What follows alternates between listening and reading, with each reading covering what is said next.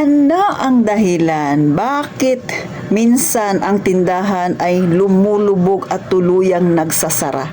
Bakit nga ba? Minsan tingin mo smooth naman ang pagdadala niya ng kanyang negosyo at itintin. Pero isang araw, bigla na lang siyang nawala na parang bula. Kung gusto mong malaman bakit nangyayari ito, aba, mag-subscribe ka na kay Ate Tintin. Sige na please, wag ka nang mahiya. At syempre, kung relate na relate ka, pakilike naman ang video na ito mga kasari. Tulong nyo na lang kay Ate Tintin. Pindutin mo na yan. Wag ka nang tamarin sisi. At syempre, kung hindi ka busy, pakishare naman ng ating munting channel na ito. At sana, huwag ka namang mag-subscribe kahit na matagal ka na kay Ate Tintin, please. Paano tayo magchichismisan yan? So, eto na, umpisa na natin ang ating matindi at real talk na chismisan. So, magandang araw mga kasari, sa mga bago pa lang sa aking channel. Ako si Ate Tintin. Siyempre, nagbablog tayo ng ukol sa tindahan. Hindi nagbablog si Ate Tintin ng payaman-yaman kay hindi man ako mayaman. Ang pag-usapan natin, problemang kinakaharap ng ating tindahan na dapat siyempre marisolba para ang ating pagninegosyo ay tuloy-tuloy. Siyempre, isang hakbang tayo pasulong mga kasari. So, eto na. Minsan, mga kasari, napapansin natin sa mga kompetensya natin, minsan smooth naman yung kanilang tindahan, yung kanyang negosyo, di ba? Maraming customer, maraming pumupunta, minsan nga dinadaan-daanan lang tayo. Pero bakit minsan napansin mo bigla na lang nagsara? O, eto yung dahilan. Kasi minsan yung mga nagtitindahan na yan, ang kanilang pinaka-goal talaga ay hindi para kumita o kaya naman ay mapalago ang kanilang negosyo. Yung main goal nila minsan ay dumami ang kanilang customer. O, hindi naman masama na magkaroon ka ng goal na gano'n na dumami ang yung customer, di ba? Si Ate Tintin nga nagbablog pa na kung paano paramihin ang customer, di ba? Kasi malaking tulong yun sa ating negosyo. Pero pag doon ka lang nakafocus, minsan nalilimutan mo mga kasari na mayroon ka nang inaapakan minsan na mga kasari din natin. Bakit?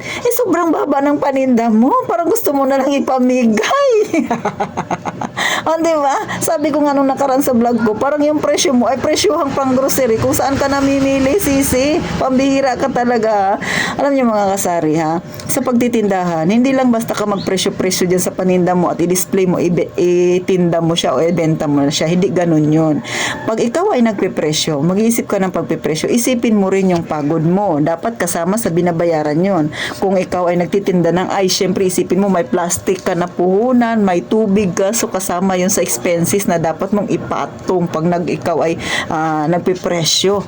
O, maliban pa dyan, pag namimili ka, syempre kailangan mo rin ng pamasahe. So, kasama din yun sa expenses ng tindahan mo. Maraming expenses ang tindahan na dapat mong ilagayan dyan kung ikaw ay nagpipresyo. Sabi nga ni Ma'am, mukhang artista. Ayan, nasa taas ang kanyang pangalan. So, siya yung nag-comment nito. Yung kanyang kakompetensya daw ay dati, lahat ng kanyang ginagawa ay ginagaya ng kabilang tindahan. Ang hindi niya lang nagaya kay Ma'am ay yung pagpipresyo kasi nga lumubog ang kanyang tindahan dahil ang goal niya ay maparami lang ang customer niya. Kaya nagpresyo siya ng sobrang baba. O, anong nangyari sa tindahan niya? Magsasara talaga, mga kasari. Alam niyo, pag nagpresyo kayo, isipin niyo rin, di ba, pag namili yung pamasahe, yung pagod, at kung ikaw ay merong permit na binabayaran, kasama yan sa ilalagay mo.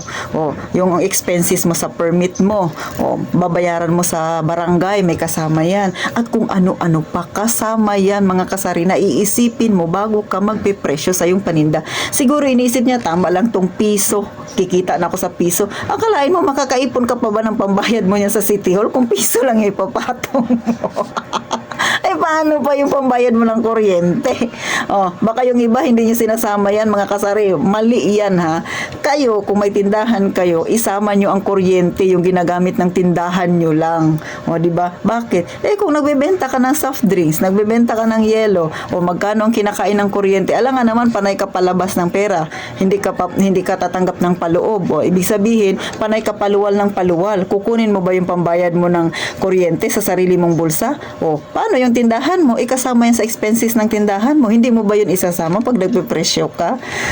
Kaya mga kasari, hindi lang ganun kadali na, may tindahan ako, madali lang to. Hindi ganun. Marami kang isinasaalang-alang, marami kang pag-iisipan. Ang pagtitindahan, kailangan matalino ka rin sa pag-iisip. Pero hindi naman ibig sabihin matalino ka, kailangan ka high cum laude. Ang kailangan lang na ikaw ay matalino. Isipin mo yung mga ginastos mo, kasama yun sa expenses ng tindahan mo. At yan bang itutubo mo o ipapatong mo dyan sa iyong produkto, ay makakabayad ba talaga yan sa pangangailangan mo? Kikita ka ba? Paano pa yung tindahan mo uunlad kung talagang sagad na sagad ang pagbaba ng presyo mo, mga kasari? At hindi lang yan, may masasagasaan ka ring mga may tindahan, mga kasari. So kahit hindi mo naisipin yung masasagasaan mo, yung sarili mo na lang, paano mo mapapalaki ang iyong tindahan kung sinagad mo talagang baba ang presyohan dahil lang sa goal mo na magkaroon ka ng maraming customer. So ang magwawagi dyan, si customer mo lang, pero ikaw ay hindi, kasi hindi mababayaran ng tindahan mo yung pagod mo.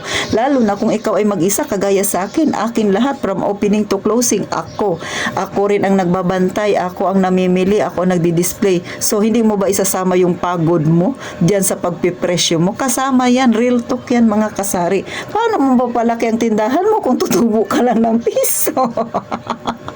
Yan, dami nating bayarin, mga kasari, lalo na patapos na ilang araw na lang, di ba, mga kasi, linggo, mga ngalahati na halos ang December, ilang araw na lang, mga ngalahati na, napakabilis ng araw. So January, first week ng January, renew na ng permit dito sa amin. So saan ka kukuha ng pang-renew kung piso-piso lang ang patong mo? So, mga kasari sa pagpepresyo, laging isipin, kikita ba ako?